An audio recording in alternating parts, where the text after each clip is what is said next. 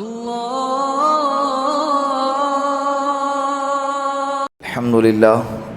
لله نحمده ونستعينه ونستغفره ونؤمن به ونتوكل عليه ونعوذ بالله من شرور أنفسنا ومن سيئات أعمالنا من يهده الله فلا مضل له ومن يضلله فلا هادي له ونشهد أن لا إله إلا الله وحده لا شريك له ونشهد أن سيدنا ومولانا محمدا عبده ورسوله. أما بعد فقد قال الله تبارك وتعالى في القرآن المجيد والفرقان الحميد. فأعوذ بالله من الشيطان الرجيم. بسم الله الرحمن الرحيم. والذين يكنزون الذهب والفضة ولا ينفقونها في سبيل الله فبشرهم بعذاب أليم. وجاء في الحديث وقال النبي صلى الله عليه وسلم بادروا بالصدقة فإن البلاء لا يتخطاها. وقال النبي صلى الله عليه وسلم في مقام آخر إن الصدقة لتدفع غضب الرب وميتة السوء أو كما قال عليه الصلاة والسلام. صدق الله المولانا العظيم وصدق رسوله النبي الكريم ونحن على ذلك من الشاهدين والشاکرین والحمد للہ رب العالمین. پیار محبت کے ساتھ ایک مرتبہ درود پاک پڑھ لے. اللہم صلی علی محمد فی اول کلامنا، اللہم صلی علی محمد فی اوسط کلامنا، اللہم صلی علی محمد فی آخر کلامنا. رمضان المبارک کا دوسرا جمعہ چل رہا ہے. اللہ رب العزت کا بے انتہا احسان اور کرم ہے کہ اللہ رب العزت اپنے لطف و کرم سے ہم لوگوں کو رمضان کی عبادات نصیب فرما رہا ہے. روزہ رکھ رہے ہیں، تراویح پڑھ رہے ہیں، قرآن کریم کی تلاوتیں ہو رہی ہیں. الحمدللہ. بس اللہ سے یہی آرزو، تمنا اور امید اور دعا ہے کہ اللہ رب العزت ان عبادات کو ٹوٹے پھوٹے ہی صحیح قبول فرما لے. لائق تو ہے نہیں، لیکن اللہ کی شان بہت وراء الورا ہے. قبول فرما لے، ایسے ہی قبول فرما لے. کیا ہے ایسے گئے گزرے دور میں بھوکا رہنا صبح سے شام تک، جہاں پر کھانے کی ریل پیل ہوں، ہوٹلوں کے انبار ہوں، چاروں طرف سے خوشبوئیں آ رہے ہوں. ایسے دور کے اندر صبح سے لے کر شام تک صرف اللہ کی محبت میں بھوکا رہنا، یہ بھی ایک اپنے اندر ایک بہت بڑی بات رکھتا ہے. بس اللہ اسے قبول فرما لے. رمضان المبارک کے اندر میں نے گزشتہ جمعہ بھی یہ کہا تھا کہ رمضان المبارک کے اندر اللہ رب العزت نیکیوں کے بہاؤ کو بڑھا دیتے ہیں. نفل عبادات فرض کا درجہ رکھتی ہیں، اور ایک فرض کا پڑھنا 70 فرض کے برابر اللہ ثواب عطا فرماتا ہے. یہ صرف صفت رمضان کے مہینے کی ہے. آپ کو پورے 11 مہینے 100 200 300 400 1000 رکعت نفلیں بھی اگر آپ پڑھیں گے اور صدقات خیرات کرتے رہیں گے تو وہ ثواب آپ کو نہیں ملے گا جو ثواب آپ کو رمضان میں ملے گا. اس کا ثواب نفل ہی ہوگا، وہ فرض نہیں بنے گا. یہ صرف صفت اللہ رب العزت نے رمضان المبارک کے اندر رکھی ہے. اسی لیے اس مہینے کے اندر اپنے آپ کو چوکنا رکھے، اس لیے کہ یہ سیزن کا مہینہ ہے. سیزن جب آم کا آتا ہے تو آم والا سارے کام کاج، رشتہ داری، ناطے اور نکاح وغیرہ، پروگرام، فنکشن وغیرہ اپنے آپ کو سب سے فارغ کر دیتا ہے. بھئی میرا سیزن ہے. دوسرا کسی اور کا اگر سیزن ہے، اسکول والوں کا ایگزام چل رہا ہے، تو ٹیچر حضرات بھی دوسرے چیزوں سے اپنے آپ کو فارغ کر دیتے ہیں. ہر وقت چوکنا، اور یہ کہتے ہیں کہ بھئی 15 دن شیڈول ٹائٹ ہے، 20 دن بالکل ٹائم نہیں ہے میرے پاس. تو اسی طرح رمضان مبارک کے اندر ہر آدمی اپنے آپ کو مشغول رکھے اور چوکنا رکھے اس بات کا کہ مجھ سے زیادہ عبادت کس طرح ہو جائے، اللہ مجھ سے راضی کیسے ہو جائے، میں اللہ کو کیسے مناؤں. یہ رمضان المبارک کا مہینہ گزارنے کا طریقہ ہے. چوکنا، غافل ہو کے نہ گزارے، سو کر نہ گزارے، گپ شپ میں نہ گزارے، ہوٹلوں پہ بیٹھ کے، وٹوں پر بیٹھ کر، نکڑوں پہ بیٹھ کر اپنے اوقات کو ضائع نہ کرے. بہت قیمتی لمحات ہیں. کتنے ایسے بزرگ اس مجمع میں ہے نہیں جو گزشتہ سال ہوں گے آپ کے سامنے. میں نہیں جانتا، آپ جانتے ہوں گے، لیکن اس سال ہمارے صفوں میں نہیں ہے وہ، اور یہ بھی نہیں معلوم کہ آنے والا رمضان جو آئندہ سال کا ہے اس مجمع میں کون ہوں گا اور کون نہیں ہوں گا۔ صرف بوڑھے حضرات کی طرف نہ دیکھیں، اس لیے کہ کثرت اموات کا زمانہ ہے، جوان بھی جا رہے ہیں، بوڑھے بھی جا رہے ہیں، سفید بال والوں کے جانے کا کوئی مسئلہ نہیں ہے، جانے والے کالے بال والے بھی جا رہے ہیں، اچانک ہارٹ اٹیک آ گیا، دنیا سے چلا گیا۔ اسی لیے جوان ہو، بچہ ہو، بوڑھا ہو، اپنے آپ کو بیدار رکھے۔ اس مہینے کے اندر بہت ساری عبادات اللہ نے رکھی ہے، ان عبادات کے اندر جو ہے ایک یہ عبادت صدقہ اور خیرات کو کثرت سے کرنا ہے، صدقات اور خیرات کو کثرت سے کرنا ہے۔ صدقات کی دو اقسام ہیں، دو قسمیں ہیں صدقے کی، ایک نفلی صدقہ ہے اور ایک واجب صدقہ۔ نفلی صدقہ یہ تو سب جانتے ہیں، سب پہ ہے، کوئی بھی دے سکتا ہے، کسی بھی دے سکتا ہے، بس محتاج کو دیکھ کر، مستحق کو دیکھ کر دینا یہ زیادہ بہتر ہے۔ لیکن جو واجب صدقہ ہے جسے ہم زکوٰۃ کے نام سے یاد کرتے ہیں، خاص طور پر بہت سارے حضرات رمضان المبارک کے مہینے کو متعین کرتے ہیں زکوٰۃ کی ادائیگی کے لیے، اس لیے کہ اس میں بھاؤ بڑھتا ہے نا۔ زکوٰۃ دینے والا گویا کہ یہ اللہ کے ساتھ تجارت کر رہا ہے، اور اس تجارت میں گھاٹے کا کوئی اندیشہ ہی نہیں ہے۔ وہ کہتے نہیں کہ میں نے ایسے بندے کے ساتھ پارٹنرشپ کی ہے، اگر نقصان بھی ہو گیا تو سامنے والا بندہ اپنے جیب سے نکال کے مجھے بھرپائی کرے گا، تو بندہ مطمئن ہے۔ تو جب بندے کے ساتھ یہ والی سوچ ہماری بنتی ہے تو اللہ کے ساتھ تو کیسی سوچ بنیں گے؟ وہاں تو گھاٹے کا مسئلہ ہی نہیں، گیا تب بھی اپنا، نہیں گیا تب بھی اپنا ہی ہے، دونوں ہاتھ میں لڈو ہے الحمدللہ۔ لیکن اللہ رب العزت کا نظام بھی دیکھے اپنے بندوں پر کتنے کرم کا ہے۔ جو حضرات اس مجمع میں بیٹھے ہیں وہ سن لیں، ہمارے پاس جس کے پاس جو مال جائیداد، پراپرٹی، کیش، سونا چاندی جو کچھ بھی ہے، تمام مالوں کا حقیقی مالک اللہ ہے۔ کون ہے؟ اللہ ہے۔ اگر وہ کہتا سب کچھ لٹا دو، حق تھا اس کا، اس لیے کہ ہے کس کا؟ یہ اس بات کی علامت ہے کہ ہمارا نہیں ہے۔ جب مرتے ہیں تو ساتھ میں کیا لے کے جاتے؟ بتاؤ، جو لباس پہنا ہے کئی چیزیں پھاڑ کے اس کو اتار دیا جاتا ہے۔ عورتوں نے جو چوڑیاں پہنی ہیں عافیت سے نکلی تو ٹھیک، توڑ کے اس کو نکالا جاتا ہے۔ نہیں ہے ہمارا کچھ بھی، بال سے لے کر ناخن تک بدن پہ ایک زیور بھی رکھتے نہیں ہیں، ایک لباس کا ٹکڑا بھی بدن پہ رکھتے نہیں ہیں۔ اس کو پورا برہنہ کر کے، نہلا کے کفن پہنایا جاتا ہے، جس کفن کو وہ دیکھنا بھی پسند نہیں کرتا۔ اسی حالت میں اس کو دنیا سے بھیج دیتے۔ میرا مال، میرا گھر، میری جائیداد، میری گاڑی، میرا بنگلہ، میرا سونا، میرا بینک بیلنس کہاں گیا؟ بتاؤ کہاں گیا؟ قبر کھودنے والوں کو رقم بھی تو نہیں دے سکتا، تیرے وارثین دیں گے، تجھے تو پتہ بھی نہیں ہے مجھے کہاں دفنانا ہے۔ وصیت کر کے جا سکتا ہے، لیکن مرنے کے بعد کہیں بھی دفنا ہے تجھے کیا پتہ چلے گا؟ تو یہ مال جو کچھ بھی ہے، یہ اس کا اصل مالک کون ہے؟ اللہ ہے۔ تم کہو گے کہ میں مر گیا تو میری اولاد ہے نا، تو تمہاری اولاد بھی تو مرنے والی نا، پھر اس کے بعد کیا؟ ان کی اولاد، دنیا ختم ہو جائیں گے، پھر آخر میں مال بچیں گا، سارے لوگ ختم ہو جائیں گے، تو مال کا مالک کون بچا؟ کل من علیہا فان ویبقى وجہ ربک ذو الجلال والاکرام۔ جب سب فنا ہو جائیں گا تو کون باقی رہیں گا؟ صرف اللہ باقی رہیں گے، اور سب کچھ اللہ کا ہے، پہلے سے اللہ کا تھا، آج بھی اللہ کا ہے اور ہمیشہ اللہ کا رہیں گا۔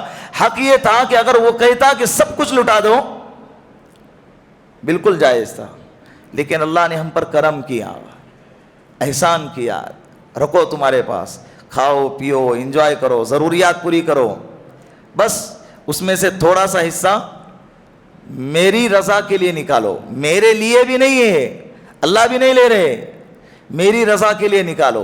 اور اللہ کا مزید بڑا احسان یہ ہوا کہ پہلے زمانے کے اندر اللہ کے رسول صلی اللہ علیہ وسلم کی بعثت سے پہلے پچھلے جتنے بھی انبیاء آئے ہیں، ان کی قومیں آئی ہیں، ان کی امتیں آئی ہیں، ان لوگوں کے اوپر جو زکوٰۃ، جو صدقے، جو واجبات تھے نا، وہ کسی غریب کو دینا نہیں تھا، بلکہ ایک پہاڑ پہ ایک اونچی جگہ پر لے جا کر اس مال کو اور اس مویشی کو، جانوروں کو، صدقے کی چیزوں کو رکھنا ہوتا تھا۔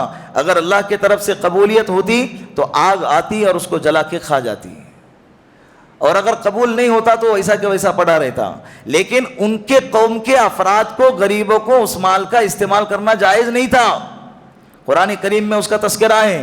حضرت آدم علیہ السلام کے 2 بیٹے ہیں، قابل اور حابل، دونوں میں آپس میں اختلاف ہو گیا کہ اس کے ساتھ میں شادی کروں گا، اس کے ساتھ میں شادی کروں گا۔ ہلاک ہونے والا حابل، قتل کرنے والا قابل۔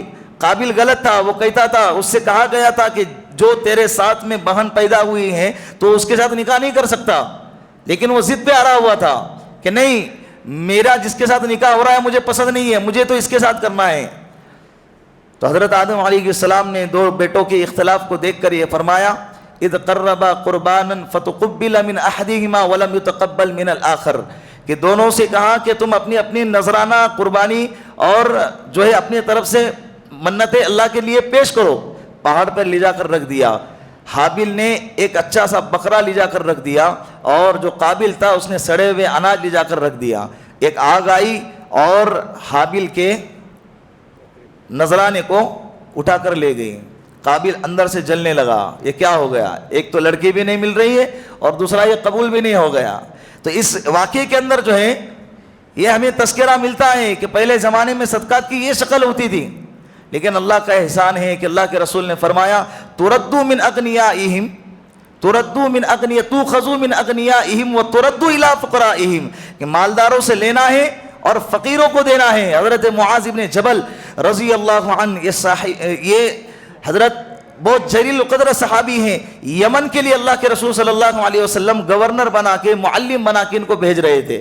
تو بھیجتے ہوئے نصیحت فرمائی، اے معاذ، یمن والوں سے کہنا کہ ان کے مالداروں پر زکوٰۃ فرض ہے، نماز فرض ہے، روزہ فرض ہے، حج فرض ہے، یہ لسٹ بتا دی۔ تو ساتھ میں یہ بھی فرما دیا کہ زکوٰۃ فرض ہیں ان کے مالداروں سے لی جائیں گی اور ان کے غریبوں میں بانٹی جائیں گی۔ اللہ، ایک روایت میں ہے کہ اللہ کے رسول صلی اللہ علیہ وسلم نے فرمایا کہ کل قیامت کے دن اللہ رب العزت ایک شخص سے کہیں گا کہ اے ابن آدم، میں بیمار تھا، تو نے میری عیادت کیوں نہیں کی؟ تو وہ شخص کہیں گا کہ اے پروردگار، تو کیسے بیمار ہو سکتا ہے؟ تو تو شافی ہے، تو تو شفا دینے والا ہے، تو تو خالق مطلق ہے، تو کیسے بیمار ہو سکتا ہے اور میں تیری کیسے عیادت کروں؟ تو اللہ فرماتے ہیں کہ فلاں بندہ بیمار تھا، اگر تو اس کی عیادت کرتا تو تو مجھے اس کے پاس پاتا۔ پھر اللہ کہیں گے کہ اے ابن آدم، میں بھوکا تھا، تو نے مجھے کھانا کیوں نہیں کھلایا؟ مسلم شریف کی روایت ہے، وہ شخص کہیں گا کہ اللہ تجھے بھوک کیسے لگتی ہے؟ تو تو خدا ہے اور میں تجھے کھانا کیسے کھلا سکتا ہوں؟ تو تو رازق ہے، تو ہم کو کھلانے والا ہے۔ تو اللہ فرمائیں گے کہ فلاں بندہ تیرے پاس کھانے کی حاجت لے کر آیا تھا، اگر تو اسے کھانا کھلاتا تو تو اس عمل کو میرے پاس محفوظ پاتا۔ اے ابن آدم، میں پیاسا تھا، تو نے مجھے پانی کیوں نہیں پلایا؟ پھر وہی تذکرہ جواب دیں گے، اے اللہ تجھے کیسے پانی پلاؤں میں؟ تو تو رب العالمین ہے۔ اللہ کہیں گے کہ فلاں پیاسا تیرے پاس آیا تھا، اگر تو اس کو پانی پلاتا تو اس عمل کو میرے پاس محفوظ پاتا۔ یہ صدقات اور یہ خیرات، اس عمل کو چھوٹا نہ سمجھے، یہ بہت بڑا عمل ہے، بہت بہترین عمل ہے۔ نماز ہے، روزہ ہے، یہ جو اعمال ہے نا، دوسری نیکیاں، یہ دوسری نیکیوں کا بدلہ اللہ رب العزت مرنے کے بعد کل قیامت کے دن دیں گے، جنت میں ملے گا۔ روزے دار کے لیے باب الریان کے نام سے ایک دروازہ ہوگا اور نمازیوں کے لیے الگ نعمتیں ہوں گی، لیکن زکوٰۃ دینے والا، صدقات اور خیرات کرنے والا، اللہ کے لیے لٹانے والا، اس کا جو نعم البدل ہے، اس کا جو بدلہ ہے، اس کا جو فائدہ ہے، آخرت میں تو ملے گا ہی ملے گا، لیکن اس کا فائدہ اللہ رب العزت اس کو دنیا میں ہی عطا فرماتے ہیں۔ اللہ کے رسول نے فرمایا بادروا بالصدقہ، صدقے کے دینے میں جلدی کیا کرو، فإن البلاء لا يتخطاها، اس لیے کہ مصیبتیں، بلائیں صدقے سے آگے نہیں جاتی، دونوں کی ریس لگتی ہے، صدقہ اور مصیبت دونوں کی ریس لگتی ہے۔ اگر آپ نے صدقہ دے دیا تو صدقے کی برکت سے اللہ رب العزت آپ کو مصیبتوں سے، بلاؤں سے، پریشانیوں سے، بیماریوں سے محفوظ رکھیں گے۔ یہ دنیاوی فائدہ ہے۔ یہ کیا ہے؟ یہ دنیاوی فائدہ ہے۔ ایک اور فائدہ ہے، اللہ کے رسول نے فرمایا کہ ان الصدقۃ لتطفئ غضب الرب ومیتۃ السوء، کہ جب صدقہ بندہ دیتا ہے نا، اللہ کا غصہ ٹھنڈا ہو جاتا ہے۔ اللہ ناراض ہے، اللہ غصے میں ہے، تو اس غصے کو ٹھنڈا کرنے کے لیے اللہ کے رسول نے کیا عمل بتایا؟ بولو، صدقہ اللہ کے لیے لٹاؤ، دے دو غریبوں میں۔ اور اس کا دوسرا فائدہ کہ موت جو بری آتی ہے اللہ اس سے بچاتے ہیں، بری موت سے اللہ حفاظت فرماتے ہیں۔ کتنا بڑا عمل ہے۔ کوئی بندہ مال ساتھ میں لے کر نہیں جاتا ہے، یہ مال ہاتھ کا میل ہے اور کسی نے بھی آج تک نہیں لے کر گیا ہے۔ ہر انسان کو چاہیے کہ جب تک اللہ نے زندگی دی ہے اس مال کو اللہ کے لیے لٹاؤ۔ صرف جس پر زکوٰۃ واجب ہے، یہ باتیں صرف اسی کے لیے نہیں ہے۔ خوش ہو جاؤ کہ اس مجمع میں جن لوگوں پر زکوٰۃ واجب نہیں ہے، یہ باتیں ان لوگوں کے لیے بھی ہیں۔ وہ زکوٰۃ ادا نہیں کر سکتے تو وہ صدقہ تو دے سکتے ہیں۔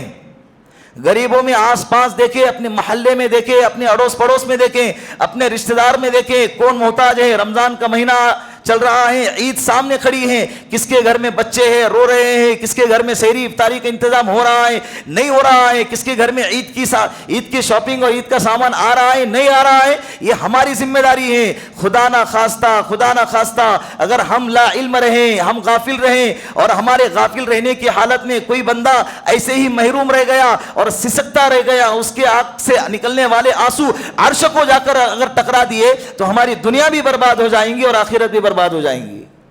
اللہ پوچھے گا ہم سے۔ جو مانگنے آتا ہے اس کو تو ہم دیتے ہیں، لیکن ہر کوئی بندہ مانگنے والا نہیں ہوتا ہے۔ ہر کسی میں جو ہے وہ والی صفت ہوتی نہیں ہے کہ سامنے اپنے ضرورت کا اظہار کریں۔ کوئی لوگ ہوتے جو غیرت مند ہوتے ہیں، ضمیر ان کے اندر زندہ ہوتا ہے، تو ایسے لوگوں کو آپ کو تلاش کرنا پڑے گا۔ اگر اللہ نے آپ کو 1000 روپے دیے، 100 تو ان کو دے سکتے ہیں، 50 تو دے سکتے ہیں۔ تو یہ چیزیں رمضان المبارک کے اندر کثرت سے کرنی ہے، کریں گے نا انشاءاللہ۔ مسجدوں میں لٹاؤ، اللہ کے گھر کے اندر لٹاؤ۔ یہ لٹانے کا مہینہ ہے۔ رمضان کا مہینہ کس کا ہے؟ لٹانے کا مہینہ ہے۔ رشتہ داروں میں لٹاؤ، علماء پہ خرچ کرو۔ حضرت عبداللہ ابن مبارک رحمۃ اللہ علیہ فرماتے ہیں، میں اپنے مال کا اکثر حصہ علماء پہ خرچ کرتا ہوں، اس سے مجھے 2 فائدے نظر آتے ہیں، ایک تو صدقہ دینے کا اور دوسرا علم کے بڑھنے میں میرا بھی حصہ لگ جاتا ہے۔ ان لوگوں کی طرف اکثروں کی توجہ نہیں ہوتی ہے۔ کئی لوگ ہیں کاروبار کرتے ہیں، ان کے کاروبار سے ان کے گھر کا چلنا بڑا مشکل ہو جاتا ہے۔ ایسے لوگوں کو تلاش کر کے آپ کی ذمہ داری ہے کہ دو۔ یہ اللہ کے رسول صلی اللہ علیہ وسلم کے نائب ہے، یہ آپ کی ذمہ داری ہے، دینا چاہیے ایسے لوگوں کو۔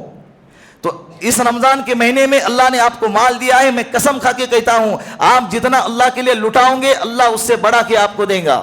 من جاء بالحسنۃ فلہ عشر امثالها، یہ تو عام حالات کی بات ہے کہ جو بندہ ایک نیکی دے گا، ایک صدقہ کرے گا، اللہ اس کو 10 ثواب عطا فرمائیں گے، 10 گنا بڑھا کر دیں گے۔ یہ عام حالات میں ہے، لیکن جب مہینہ رمضان کا آتا ہے تو 700 گنا، اور اگر اخلاص ہے تو بے گنا بے پناہ بغیر حساب کے اللہ اس کو لٹا دیتے ہیں۔ کتنا اچھا سودا ہے۔ ہم یہ سمجھتے ہیں کہ میرا مال نکلے گا، میرا مال کم ہو جائے گا، کچھ کم نہیں ہوگا۔ اس کا ایک فائدہ تو یہ ہوگا کہ بقیہ جتنا بھی مال ہے اللہ اس مال کی حفاظت فرمائیں گے۔ زکوٰۃ کے ذریعے اپنے اموال کی حفاظت کرو، صدقے کے ذریعے اپنے بیماروں کا علاج کرو، اور دعاؤں کے ذریعے طوفانوں کا مقابلہ کرو۔ اللہ کے رسول صلی اللہ علیہ وسلم کے الفاظ ہیں، کیا بولو؟ زکوٰۃ کے ذریعے اپنے مالوں کی حفاظت کرو۔ بولو نا، زکوٰۃ کے ذریعے اپنے مالوں کی حفاظت کرو۔ اتنا بڑا مجمع ہے، ایک بھی آواز نہیں نکال رہا ہے۔ یہ اللہ کے رسول کی حدیثیں یاد ہوں گی تو عمل میں آئیں گی نا۔ زکوٰۃ کے ذریعے اپنے مالوں کی حفاظت کرو، اور صدقے کے ذریعے اپنے بیماروں کا علاج کرو، اور دعاؤں کے ذریعے طوفان کا مقابلہ کرو۔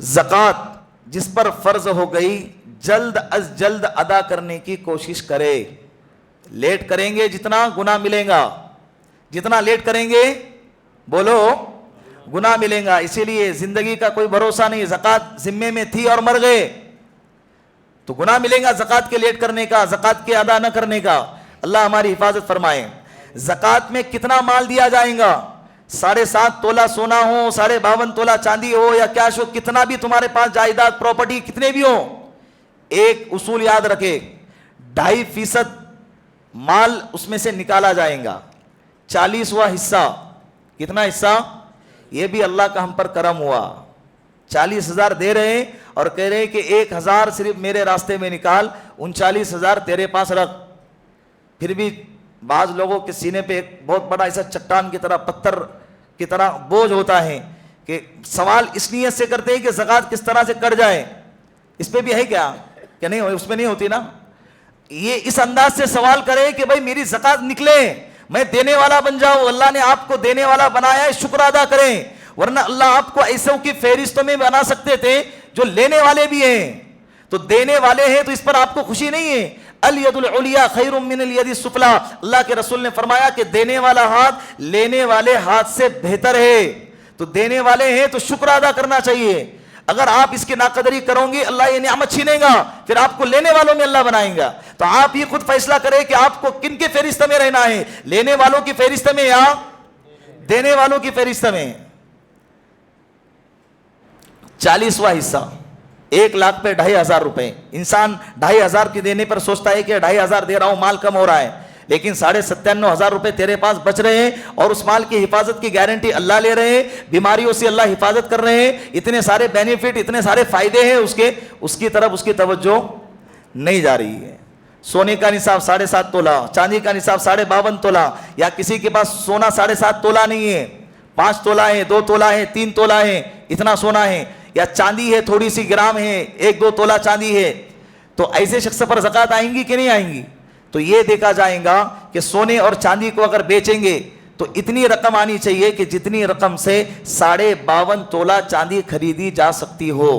ابھی آج کے زمانے میں 40 سے 45 ہزار کی رقم میں 52.5 تولہ چاندی خرید سکتے ہیں. اگر کسی کے پاس 2 تولہ بھی سونا ہے تو 1 لاکھ کا تو سونا اسے ہی ہو گیا. تھوڑا بہت اگر 1-2 گرام چاندی ہے تو اس پر بھی زکوٰۃ آ گئی. اس میں غریبوں کا فائدہ ہے, اسی لیے شریعت نے زکوٰۃ واجب کی ہے. دانتوں میں سونا لگا ہوا ہے کسی کے رہتے نا دانت چمکتے رہتے مسکرائے تو, کسی کے چاندی لگی ہوئی ہے, کسی کا سونا لگا ہوا ہے. تو اگر اس کی 2 شکلیں ہیں, یا تو وہ سونا نکل سکتا ہے, کچھ دانت ایسے رہتے ہیں نکال کے وضو کرتے وقت, صاف کرتے وقت اس کو نکال کے رکھ سکتے ہیں, اور کچھ دانت فکس کیے ہوئے ہوتے ہیں. تو جو دانت فکس کیے ہوئے ہیں اس پر زکوٰۃ نہیں ہوں گی, لیکن جو دانت آسانی نکالے جا سکتے ہوں, سونے کے دانت, اس پر زکوٰۃ آئیں گی. اس لیے کہ حضرت کو اچانک حالات بگڑ گئے, دانت ہی نکال کے مارکیٹ میں لے جا کے بیچ دیے, تو اس پر زکوٰۃ آئیں گی. تجارت کی نیت سے خریدا مگر بعد میں نیت بدل گئی, ذاتی استعمال میں لے آیا, اس پر زکوٰۃ نہیں آئیں گی. تجارت کے لیے خریدے گئے فلیٹ کو کرائے پہ چڑھا دیا, لے لیا تھا کرائے پہ چڑھانے کے لیے, تو ایسے مکانوں پہ, ایسے فلیٹوں پہ زکوٰۃ نہیں آئیں گی. لیکن اس سے آنے والی جو آمدنی ہے, اس سے آنے والا جو کرایہ ہے, اس کرائے پہ اگر وہ کرایہ اتنا بنتا ہے کہ 52.5 تولہ چاندی خریدی جا سکتی ہے تو اس پہ زکوٰۃ آئیں گی. خریدتے وقت تجارت کا پختہ ارادہ نہیں تھا, نفع ملے گا تو بیچوں گا, نہیں ملا تو رکھ لوں گا. ایسی بہت ساری چیزوں میں ہوتا ہے. آئی فون خریدتے ہیں, کسی کے پاس 1.5 لاکھ کا آئی فون ہوتا ہے, اگر سامنے والے نے 10,000 بڑھا کے دے دیا تو بیچ ڈالوں گا, نہیں تو رکھوں گا اچھا لگا تو. بکرا خریدتے پالنے کے لیے خوشی سے لے لیا, لیکن اگر نیت یہ تھی کہ بھئی اگر مل گیا کوئی اچھا والا بندہ مجھے بڑھا کے 20-30 ہزار روپے بڑھا کے دے رہا ہے تو اس کو بیچوں گا. تو ایسی ٹالم ٹول والی یا مشکوک اگر ارادہ نیت ہے تو ایسے مال پر زکوٰۃ نہیں آئیں گی. بہت سارے مسائل ہیں, انشاءاللہ آئندہ جمعہ کو بقیہ مسائل کا تذکرہ کیا جائے گا. جتنے بھی مسائل آپ حضرات کے سامنے بیان کیے گئے ہیں اس کو سمجھیں اور اس پر عمل کرنے کی نیت کریں. اس سال جو ہے خوب بہت سارے محتاج ہیں. ابھی ایک نیوز آئی تھی کہ ایک عورت ہے جس کے 4 بچے ہیں, اپنے چاروں بچوں کو زہر دے دیا اور خود نے پھانسی لے کے مر گئی, اس لیے کہ سحری اور افطاری کا انتظام ہو نہیں رہا تھا. اس کے شوہر کا انتقال ہو چکا تھا, اڑوس پڑوس والے اس کی طرف توجہ نہیں دے رہے تھے, اور وہ عورت اتنی غیرت مند تھی کہ اس کے لیے دوسروں کے سامنے جا کے ہاتھ پھیلانا اس کو مناسب نہیں لگا. اب اس نے کتنا تماچا لگایا ہوگا ان مالداروں کے چہرے پر کہ جنہوں نے اس کے پاس جا کر اس کی عیالداری نہ کی ہوں, اس کی باز پرسی نہ کی ہوں, اس کو پوچھا نہ گیا ہوں. اللہ رب العزت نہیں پوچھیں گے کل قیامت کے دن میدان محشر میں. تو یہ لٹانے کا مہینہ ہے, لٹاؤ, اللہ سے لوٹو, مخلوق پہ لٹاؤ, مخلوق پہ لٹاؤ اور خالق سے کیا کرو, لوٹو. جو ہے اگر آپ کے پاس ٹائم نہیں ہے, تحقیق کرو, ٹائم نہیں ہے تو ایسے بندوں کے پاس آپ جس پر آپ کو اعتبار ہے اس کے حوالے کرو جس کے پاس ٹائم ہے. یا بعض دفعہ ایسا ہوتا ہے کہ آپ کے پاس ٹائم بھی ہے, سب کچھ ہے, لیکن آپ کو معلوم نہیں ہوتا ہے, مارکیٹ میں آپ چلتے پھرتے نہیں ہیں, لوگوں کے ساتھ اٹھنا بیٹھنا نہیں ہے, لوگوں کے ساتھ پہچان نہیں ہے, تو آپ کو معلوم نہیں ہے کون محتاج ہے, کون نہیں ہے, کون ضرورت مند ہے, کون نہیں ہے. تو ایسے بندے کو تلاش کرو, اس کے ساتھ میں رہ کے اس کے ساتھ تحقیق کر کے مال کے زکوٰۃ کی ادائیگی کی فکر کریں گے نا انشاءاللہ. جس کے پاس زکوٰۃ واجب ہے وہ بھی ادا کریں, اور جس پر زکوٰۃ نہیں ہے وہ صدقہ دینے کی کوشش کرے. 10 روپے, 20 روپے, 100 روپے لٹاؤ, مسجدوں میں لٹاؤ, اللہ کے گھروں میں لٹاؤ. یہ لٹانے کا مہینہ ہے. اللہ رب العزت ان باتوں پر ہم سب کو عمل کرنے کی توفیق عطا فرمائے. وآخر دعوانا ان الحمد للہ رب العالمین.